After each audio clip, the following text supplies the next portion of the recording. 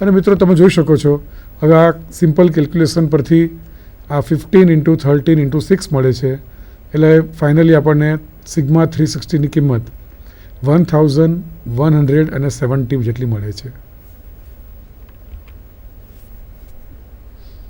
હવે આપણે એક વ્યાખ્યા તરફ નજર કરીએ. મલ્ટિપ્લિકેટિવ ફંક્શન એટલે શું? So number theoretic function f is said to be multiplicative function if fmn equal to fm into fn, કે જ્યારે m અને n નો જીસીડી 1 હોય. આપણે જસ્ટ એક વસ્તુ વિચારીએ કે શું sin x મલ્ટિપ્લિકેટિવ ફંક્શન છે? તો sin mn એને આપણે sin m into sin n અથવા તો sin xy એને sin x into sin y તરીકે આપણે નથી લખી શકતા, એટલે એ મલ્ટિપ્લિકેટિવ ફંક્શન નથી. પણ આપણે x² લઈએ તો એ મલ્ટિપ્લિકેટિવ ફંક્શન છે, કેમ કે fx ઇક્વલ ટુ x² હોય તો fmn ડાબી બાજુની કિંમત mn નો સ્ક્વેર થશે અને જમણી બાજુની કિંમત fm ઇન્ટુ fn એ m² ઇન્ટુ n² થશે. અને આપણે જાણીએ છીએ કે આ બરાબર જ છે, એટલે fx ઇક્વલ ટુ x² એ મલ્ટિપ્લિકેટિવ ફંક્શન છે. અને મિત્રો અહીંયા નોંધો કે આપણે m અને n નો જીસીડી 1 હોય ત્યારે જ આ વ્યાખ્યાનો આપણે ઉપયોગ કરી શકશું. અને એવું સરળતાથી સાબિત કરી શકાય કે જ્યારે f મલ્ટિપ્લિકેટિવ ફંક્શન હોય ત્યારે f1ની કિંમત હંમેશા 1 જ થશે.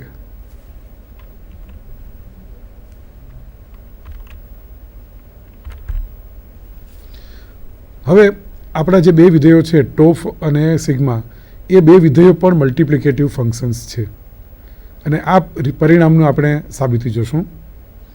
સો let m and n be relatively prime integers, એટલે કે m અને n નો જીસીડી આપણે અહીં 1 પહેલેથી જ લઈ લઈએ છીએ.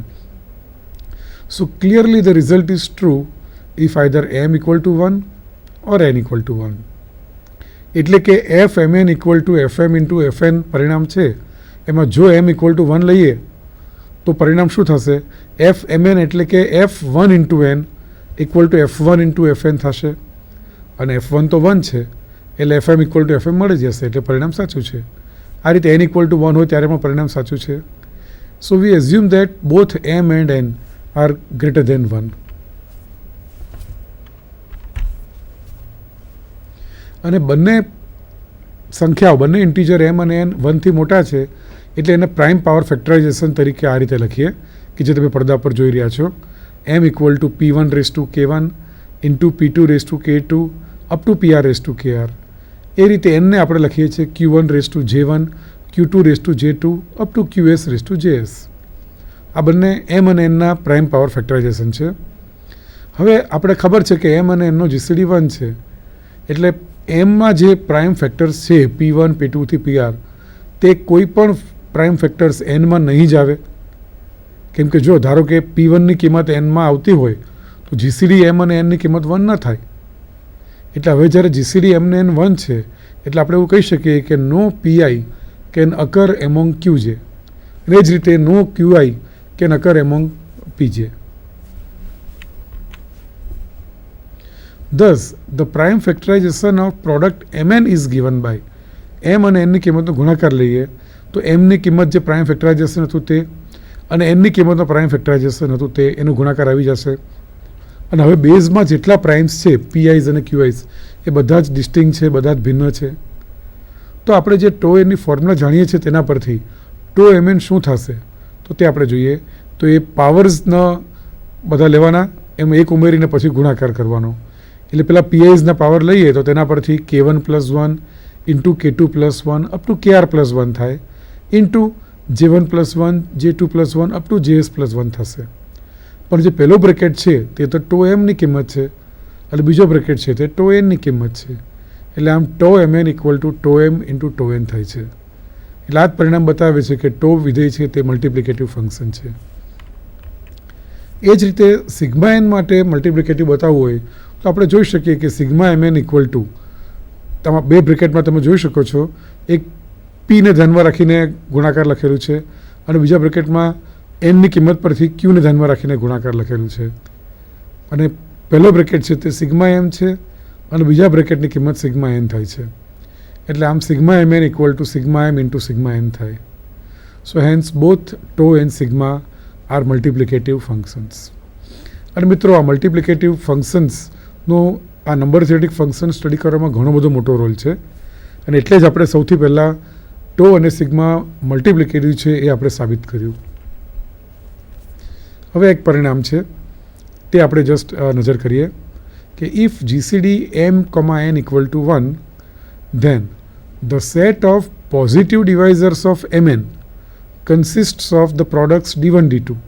એટલે આપણે જો m ઇન્ટુ n લઈએ જ્યાં m અને nનો જીસીડી 1 છે તો m ઇન્ટુ nના ડિવાઇઝર કેવા આવશે?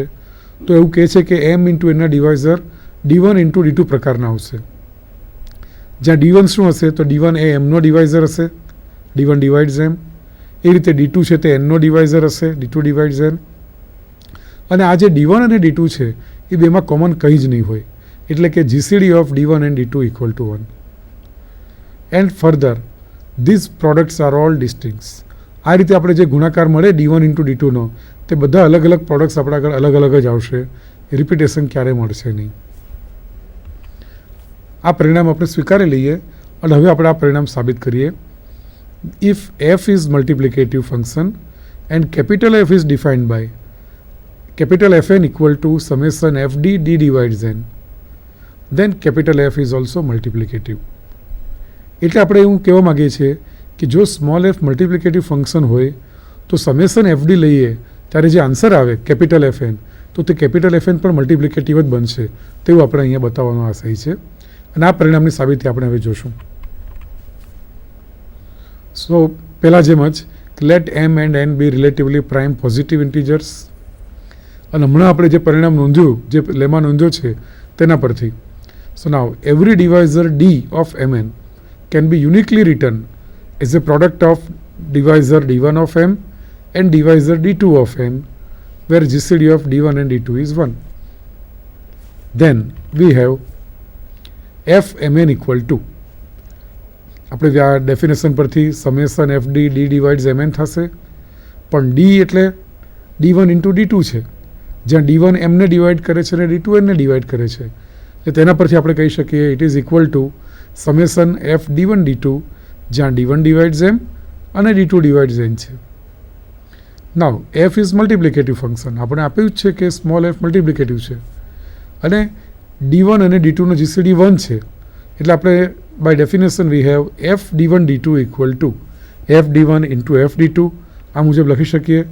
એટલે આ કિંમતને ઉપરના સમીકરણમાં આપણે મૂકીએ એટલે આપણે જોઈ શકીએ કે f mn ઇક્વલ ટુ જે આપણે આગળ વેલ્યુ હતી તે એના બરાબર f d1 d2ને આપણે f d1 into f d2 તરીકે છૂટું પાડીએ અને જ્યારે સરવાળો લઈએ ત્યારે d1ને ખાલી m સાથે લેવા દેવા છે, d2ને ખાલી n સાથે લેવા દેવા છે, d1 d2 વચ્ચે કોમન કંઈ જ નથી. એટલે આપણે આને બ્રેક કરીને બે અલગ અલગ સરવાળાના ગુણાકાર તરીકે લખી શકીએ. એટલે કે સમેશન એફ d1 વેર d1 divides m into summation F d2 d2 divides n. આ રીતે આપણે લખી શકીએ. પહેલો બ્રેકેટ છે તે એફ એમ છે અને બીજો બ્રેકેટ છે તે એફ એન થાય છે. એટલે આપણે જોઈતું પરિણામ મળી જાય છે. એટલે આપણે કહી શકીએ કે કેપિટલ એફ પણ મલ્ટિપ્લિકેટિવ છે. અને આ પરિણામ આપણે જે જોયું એના ઉપયોગથી આપણે પણ સાબિત કરી શકીએ કે સિગ્મા અને ટો પણ મલ્ટિપ્લિકેટિવ છે. હવે સિગ્મા અને ટો પછી એક ત્રીજો નંબર થિયરેટિક ફંક્શન આપણે દાખલ કરીએ અને એ છે mu function. So for a positive integer n the function mu is defined as mu n equal to 1 if n equal to 1, mu n is 0 if p square divides n, and mu n is minus 1 raised to r if n equal to p1 into p2 up to pr, where p and all of the pi's are distinct primes. આનો અર્થ એવો થયો કે જ્યારે n 1 હોય ત્યારે mu nની કિંમત 1 થાય, પણ જો n ને કોઈ પણ પ્રાઇમનો વર્ગ ડિવાઈડ કરે, તો mu nની કિંમત 0 થશે. અને કોઈ પણ પ્રાઇમનો વર્ગ ડિવાઈડ ન કરે એટલે કે દરેક પ્રાઇમ જો એક જ વાર આવે તો n A p1 into p2 up to pr સ્વરૂપે લખાય. એટલે જો nને r અલગ અલગ પ્રાઇમ્સના ગુણાકાર તરીકે લખી શકીએ તો mu nની કિંમત -1 રેઝ ટુ r થાય છે. એટલે આમ આપણે mu nની કિંમત કાં તો 0 થાય, કાં તો 1 થાય અથવા -1 જ થઈ શકે છે. અને આપણે આ ટેબલમાં આપણે જોઈએ કે એનની અલગ અલગ કિંમતો બતાવેલી છે 1 થી 9 સુધીની, અને તે દરેક વખતે મ્યુએનની કિંમત કેટલી બતાવી છે. વ્યાખ્યામાં આપ્યું તે પ્રમાણે જ્યારે એન 1 હોય ત્યારે તો મ્યુએન 1 થવાનું જ છે. જ્યારે એન 2 હોય એટલે એન પોતે એક જ પ્રાઇમનો ગુણાકાર છે, એટલે કે એક જ પ્રાઇમ છે, એટલે મ્યુએન ઇક્વલ ટુ -1/1 થશે, એટલે કે -1. જ્યારે એન 3 હોય ફરીથી એક જ પ્રાઇમ છે, એટલે મ્યુએનની કિંમત -1/1 એટલે કે -1 થશે. જ્યારે એન 4 હોય ત્યારે 4 એટલે કે 2² થાય છે, એટલે આપણે એવું કહીએ કે 2² એ એનને ડિવાઈડ કરે છે, એટલે મ્યુએનની કિંમત 0 થાય. એ રીતે આપણે 8 અને 9 માટે પણ જોઈએ. 8ને પણ 2² ડિવાઈડ કરે છે અને 9 પોતે 3² છે, એટલે તે દરેક બંને કિંમત માટે મ્યુએનની કિંમત 0 થાય છે. અને જ્યારે એન પોતે પ્રાઇમ હોય 2, 3, 5 કે 7, એટલે જે એક જ પ્રાઇમનો ગુણાકાર અથવા તો એક જ પ્રાઇમ તરીકે દર્શાવાય, ત્યારે મ્યુએન ઇક્વલ ટુ -1/1 એટલે -1 થાય છે. અને હમણાં આપણે જો કીધું એ પ્રમાણે if p is prime then mu p is always -1, અને if n is p raised to k, જ્યાં k ની કિંમત 2 અથવા એનાથી વધારે છે, ત્યારે mu p raised to k ની કિંમત હંમેશા 0 થાય. અને હવે સરળતાથી એવું સાબિત કરી શકીએ કે the function mu is also a multiplicative function, અને mu મલ્ટિપ્લિકેટિવ ફંક્શન છે તેના ઉપયોગથી હવે મોટી કિંમત માટેની પણ mu એને આપણે શોધી શકીએ. એક ઉદાહરણ બતાવ્યું છે કે કેલ્ક્યુલેટ mu 30. તો mu 30 ઇક્વલ ટુ, પહેલાં તો 30ના ફેક્ટર પાડ્યા, 2 × 3 × 5, એટલે આને mu 2 × mu 3 × mu 5 લખી શકીએ, કેમ કે mu મલ્ટિપ્લિકેટિવ ફંક્શન છે અને 2, 3 ને 5 બધાનો GCD 1 થાય છે. હવે mu 2, mu 3 અને mu 5 એ દરેકની કિંમત -1 થશે, કેમ કે 2, 3 અને 5 એ પ્રાઇમ છે, અને આ 3 વખત -1નો ગુણાકાર એટલે -1 થશે, એટલે mu 30ની કિંમત -1 થાય. પણ જો આપણે mu 60 શોધવું હોય તો 60 એટલે 2² × 3 × 5 થાય. હવે 60ને તો 2² ડિવાઈડ કરે છે, કોઈ પણ પ્રાઇમનો વર્ગ ડિવાઈડ કરે એટલે મ્યુએનની કિંમત 0 થાય, એટલે mu 60ની કિંમત 0 થશે. તો ત્યારે આ બધું ચેક કરવાની જરૂર જ નથી પડતી.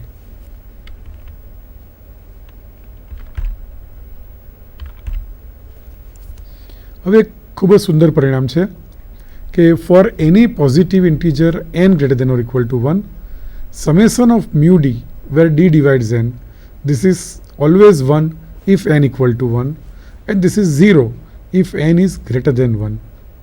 ટૂંકમાં જ્યારે nની કિંમત 1થી મોટી હોય ત્યારે mu d ની કિંમત સમેશન mu d ની કિંમત હંમેશા 0 થાય છે, where d runs through the positive divisors of n. આ પરિણામની સાબિતી આપણે જોઈએ કે for n equal to 1 we have summation mu d d divides n equal to summation mu d d divides 1 equal to summation mu d d divides 1, એટલે d equal to 1 જ હોય, એટલે d ખાલી એક જ લેવાનો છે, એટલે એની કિંમત mu 1 થશે, એટલે કે 1 છે. So the result is true for n equal to 1. So now we assume that n is greater than 1. Also, assume that summation fd d divides n equal to capital Fn. હવે આપણે પરિણામ જોયું હતું કે કેપિટલ Fn ની કિંમત summation fd d divides n હોય, અને જો સ્મોલ f મલ્ટિપ્લિકેટિવ હોય તો કેપિટલ F પણ મલ્ટિપ્લિકેટિવ થાય. તો અહીંયા આપણે જાણીએ છીએ કે mu મલ્ટિપ્લિકેટિવ ફંક્શન છે, તો પછી capital Fn equal to summation mu d d divides n તે પણ મલ્ટિપ્લિકેટિવ બનશે. હવે મલ્ટિપ્લિકેટિવ ફંક્શનનો એક બહુ મોટો ફાયદો છે કે કોઈ પરિણામ સાબિત કરવું હોય અને એ પરિણામની બંને બાજુ જો મલ્ટિપ્લિકેટિવ ફંક્શન હોય તો એ પરિણામ દરેક nને બદલે ફક્ત n equal to p raise to alpha માટે સાબિત કરીએ તો પણ ચાલે, જ્યાં p પ્રાઇમ હોય. તો અહીં પણ આપણે જાણીએ છીએ કે જમણી બાજુ mu પણ મલ્ટિપ્લિકેટિવ છે અને ડાબી બાજુ કેપિટલ F પણ મલ્ટિપ્લિકેટિવ છે, એટલે આપણે જે પરિણામ સાબિત કરવું છે તે ખાલી n equal to p raise to alpha માટે સાબિત કરીએ તો પણ ચાલશે.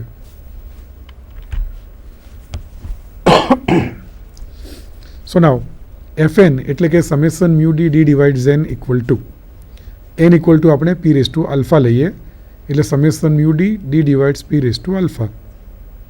હવે p રેઝ ટુ આલ્ફાના ડિવાઇઝર્સ એ તો 1, p, p², P cube up to P raise to alpha થાય, એટલે આ સરવાળાની કિંમત થશે μ1 plus mu P plus mu P square up to mu P raise to alpha. હવે μ1ની કિંમત તો 1 છે, મ્યુ પી એક જ પ્રાઇમ છે એટલે એની કિંમત -1 છે, અને બાકીની બધી કિંમત માટે સ્ક્વેર ડિવાઈડ કરે, કોઈ પણ નંબરનો સ્ક્વેર ડિવાઈડ કરે તો એનો મ્યુ 0 થાય, એટલે કે મ્યુ પી સ્ક્વેર 0 થશે. મ્યુ પી ક્યુબ, તો પી ક્યુબને પણ પી સ્ક્વેર ડિવાઈડ કરે એટલે ત્યાં પણ 0 આવશે, એટલે એમ બધી જ કિંમતો 0 થશે. એટલે 1 અને -1નો સરવાળો પણ 0 થાય છે, એટલે ટૂંકમાં એફએનની કિંમત 0 થાય છે. એટલે જ્યારે n equal two P raise to alpha લઈએ ત્યારે આ સરવાળાની કિંમત 0 થાય છે એમ સાબિત થયું. So hence the result is true for all n greater than or equal to 1.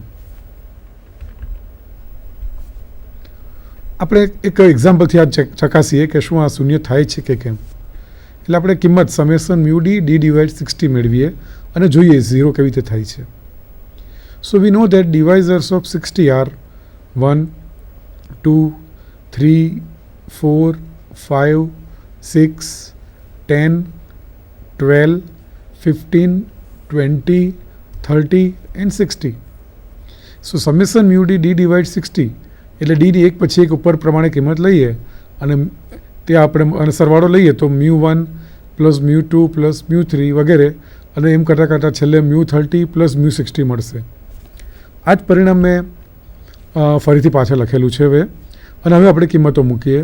μ1ની કિંમત 1 થાય છે, μ2ની કિંમત એક જ પ્રાઇમ છે એટલે -1 થશે, μ3ની કિંમત ફરીથી 3 પોતે એક જ પ્રાઇમ છે એટલે -1 થશે, μ4 એને તો સ્ક્વેર ડિવાઈડ કરે છે 2 સ્ક્વેર એટલે 0 થશે, μ5 એક જ પ્રાઇમ છે એટલે -1 થશે, μ6 એટલે μ2 ઇન્ટુ μ3 થાય, μ2ની કિંમત -1, μ3ની કિંમત -1 એટલે -1નો સ્ક્વેર થશે.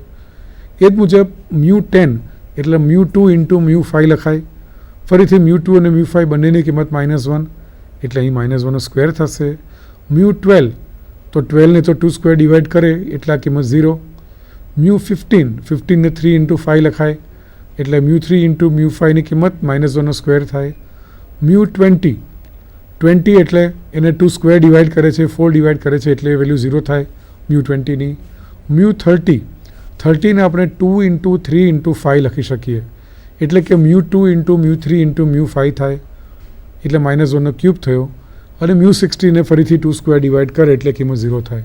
હવે આ જે 1 અને -1 અલગ અલગ આવ્યા છે એ કુલ સરવાળો તમે ચેક